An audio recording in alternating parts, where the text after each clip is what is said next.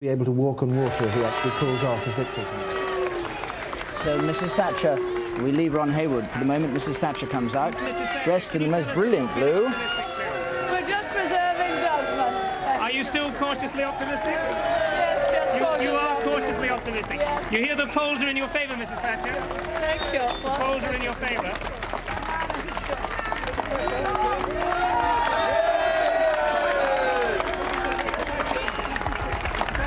You've heard that the polls are in your favour, have you? Well, if ever anyone looked like a winner, Mrs. Thatcher looks like a winner this evening as she goes off to Finchley with her husband Dennis beside her for her count.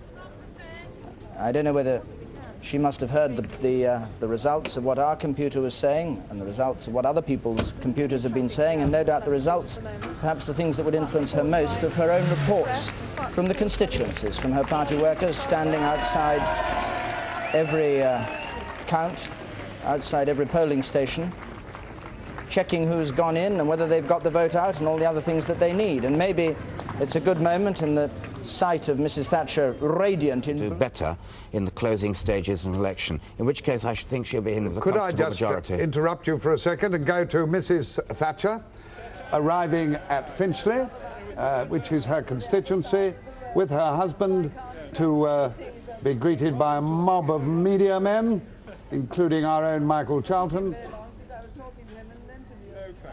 Well, how's morale, Mrs. Thatcher? Oh, it's all right. We hope to hold my seat. Is it all right? Well, I'm sure you'll hold yours. I am feeling confident. You know, the result's already decided. It's just that we don't know what it is. And I'll wait until I know. But you said yesterday you were... Of course, I'm always a fraction nervous. You said yesterday you were cautiously optimistic. That's just about right, Are you more cautious or more optimistic? No. Just cautiously optimistic. Hello, Mr. Thatcher. What sort of a day has it been for you? Pretty hard work, as all the last 3 weeks, hasn't it?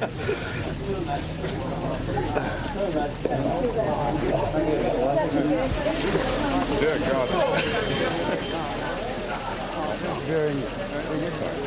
Charlton, and Michael Charlton had more success with her than he did with the policeman. But just before we go there, we think Margaret Thatcher is just arriving at her count.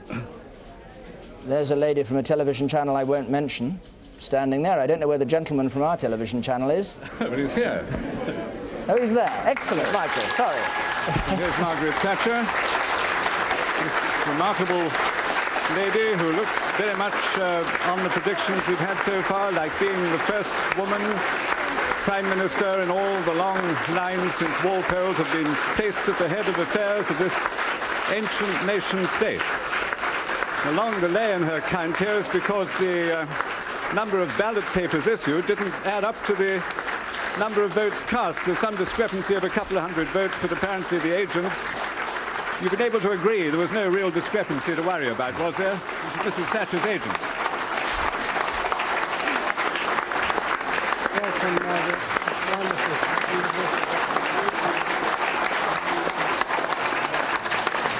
Well, it's been a tremendous night for her, as the Mayor is about to announce the result of Mrs. Thatcher's poll here at her seat in Finchley. Ladies and gentlemen, result of parliamentary election 3rd of May 1979, constituency of Barnet, Finchley division. The percentage of electors voting at the election for the constituency of Barnet, Finchley was 72.5. I, Norman James Sapstead, returning officer for the constituency of Barnet, Finchley, hereby declare that the total number of votes given for each candidate at the election was as follows. Elizabeth Lloyd, Independent, 86. Richard George May, Labour, 13,040.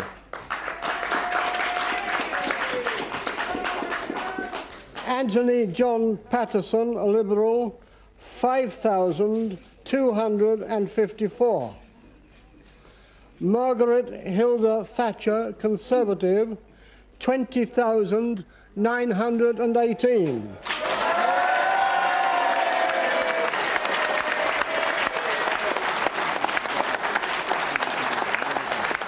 Thatcher's doubled her majority here since last time.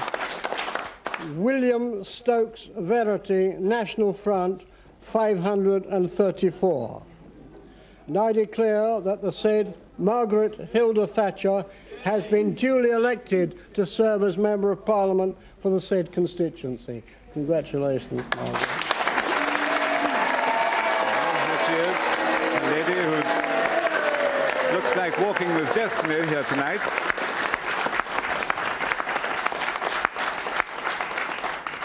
Mr. Mayor, by very happy tradition, my first duty is to thank the returning officer for the splendid way in which the people have presided at the polling booths and counted our count, and a particular word of thanks to the police for the way in which they have dealt with everything which has transpired,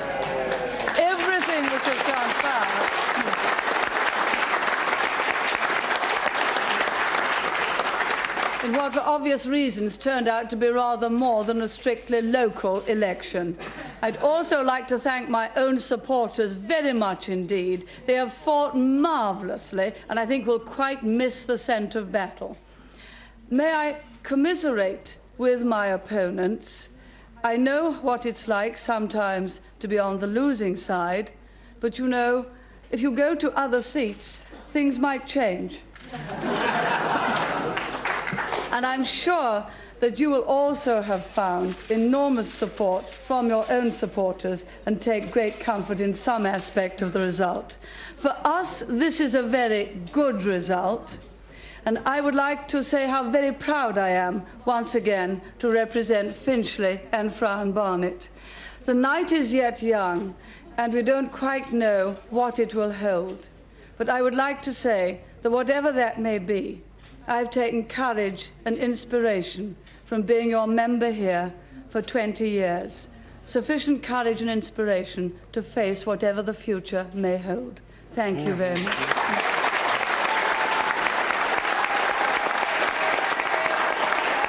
So there are the full figures for Mrs. Thatcher's result. A smaller swing to the Conservatives than some other places in the London area, 4.7%, but a very handsome majority for the person who looks like being the first woman Prime Minister of Britain, certainly speaking there, as the result was declared, in a very generous way about her opponents and talking about the challenge that she thought she would face. Now, our prediction now, though Mrs. Thatcher was saying that what the night has to hold is still uncertain, is this.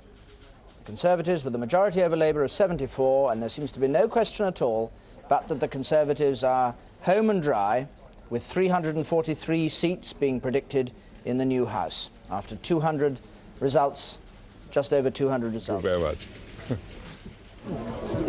So, Mrs. Thatcher, Michael Charlton just moving towards her there. Is she going out of the hall? He may not be able to get a word in edgeways. Mr. Thatcher seems to be blocking the way. Oh, Michael. She's just told me, David, that she's, you can see her husband here and her daughter, Carol, that she's not doing any interviews, but I asked her how she felt, and she said, I feel wonderful. So, that's right, Mrs. Thatcher, isn't it? You felt wonderful. I felt absolutely superb. Yes, thank you very much. Right. Mrs. Thatcher feeling absolutely superb. Multitude of press photographers who followed them round on this campaign. Well, these are all the pictures you'll be seeing in the national and international press tomorrow of a famous woman and a unique political figure. This is democracy, and you know we're very friendly, even though we fought an election. Mr. Thatcher himself has played a quite prominent part in this campaign. He's been with Mrs. Thatcher on all the platforms and triggered many of the responses from her audiences. She's now commiserating with the unsuccessful supporters of the Labour candidate here, and that's probably the last we see of her, I think, until she goes back to Smith Square. She looks... this is what she has to put up with from now on. Majority of 3,000. Mrs. Thatcher leaving Finchley now with being jostled by the crowd with police escort around her. She will be no doubt even more carefully protected now at this stage in the campaign. getting into her car, and we think she'll now go to the Conservative Party headquarters in Smith Square. Her husband trying to clear a way for himself before the car leaves there. So we should be seeing Mrs. Thatcher next among jubilant party workers down in Smith Square. At least if she sticks to the plan that she had at the beginning of the evening, that's what she'll be doing. And she must know now that she is safely home and dry. Good luck, Maggie! Good luck, Maggie!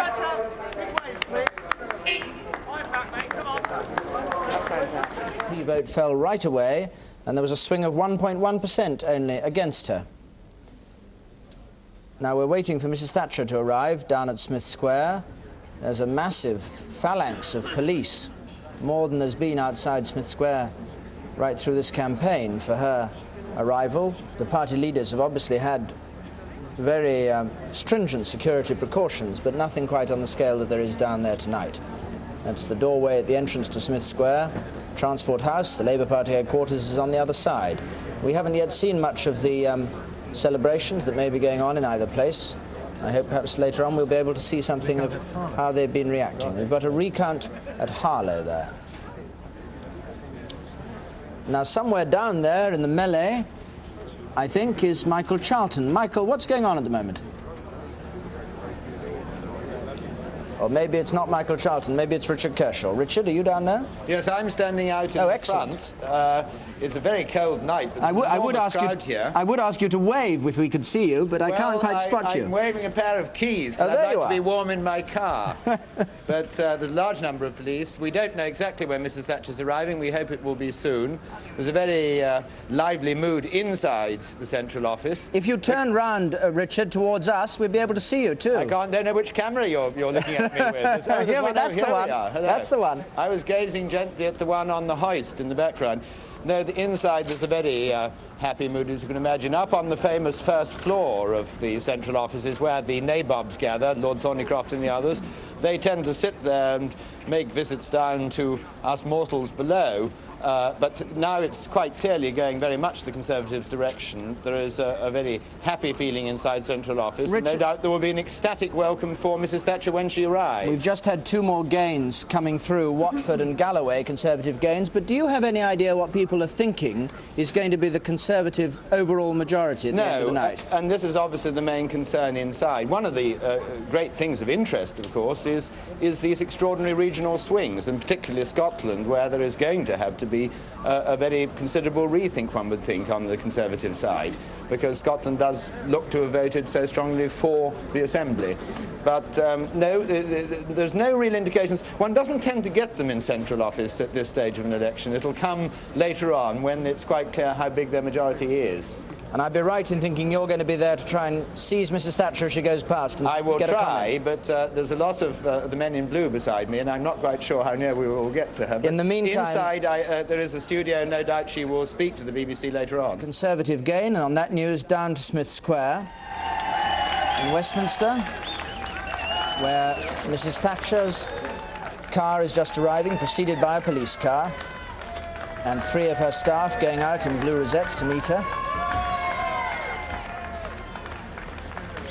Richard Kershaw is down there. Richard? Well, isn't it loud cheers, as you can hear. Lord Thornycroft has gone out to meet her with her son, and Mrs. Thatcher's just getting out of her car.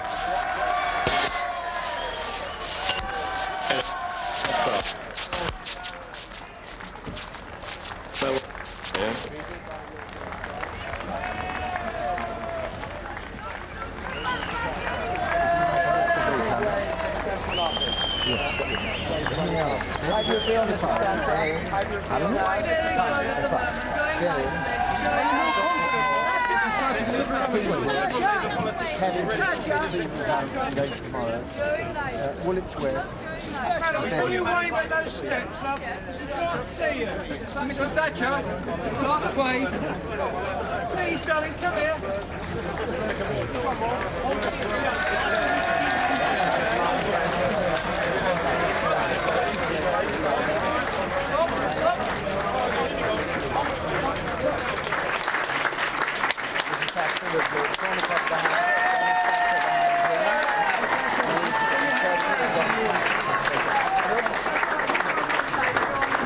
Thatcher being applauded by Tory party workers. They've been working flat out for the past 4 weeks on this campaign, and tonight, traditionally, as they do at Transport House, they watch the results on television, and if they're lucky and if they're on the right side, get a decent drink from the people they've been working for all this time. Lord Thornycroft follows Mrs. Thatcher up the stairs. We hope at some point we'll be able to.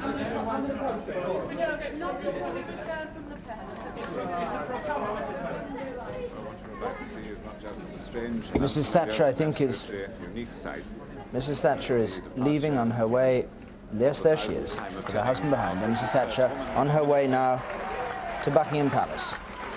And Michael Charlton just in the corner of the doorway. Perhaps we can hear from him. Constitutionally confirmed. So she leaves to these enormous chairs inside Central Office, and in the new dignity of her leadership of the country, gets into her official car.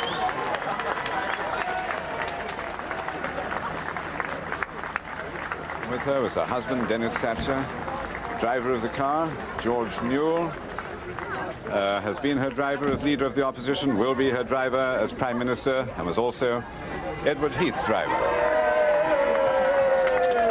No doubt if he's watching, he'll remember too the time not so long ago, it must seem to him, when he set out in similar personal triumph as leader of the Conservative Party, Prime Minister of the country, as Mrs. Thatcher herself, his successor, is now doing.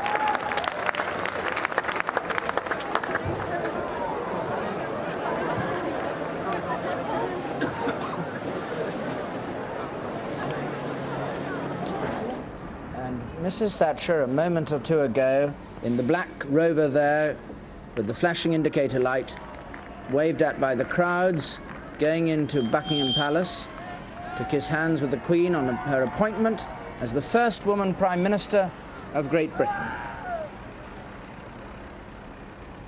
She's at the palace now, and we hope we'll be able to catch her as she comes out after her appointment.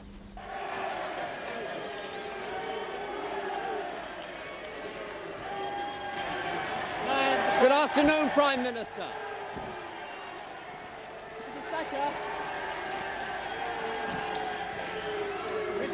Good afternoon, Prime Minister. Hello. Have a word. Mrs. Thatcher. Mrs. Thatcher. Mrs. Thatcher. Mrs. Thatcher. If you just ask... Mr. Philip, the BBC, Mrs. Thatcher. It's been a wonderful campaign for you. Congratulations. Thank you very much. How do you feel at this moment? Very excited, very aware of the responsibilities. Her Majesty, the Queen, has asked me to form a new administration, and I have accepted. It is, of course, the greatest honor that can come to any citizen in a democracy.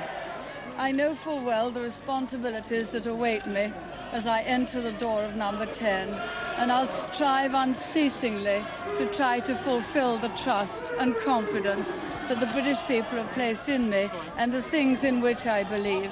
And I would just like to remember some words of St. Francis of Assisi, which I think are really just particularly apt at the moment. Where there is discord, may we bring harmony. Where there is error, may we bring truth. Where there is doubt, may we bring faith. And where there is despair, may we bring hope.